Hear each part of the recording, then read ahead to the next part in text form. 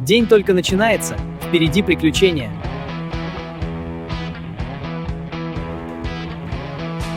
Ну, сейчас я попробую устоять на доске. Вот это да! Не зря я учил в школе математику.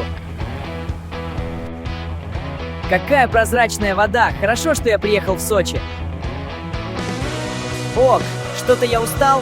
Пойду позагораю. Как хорошо на море.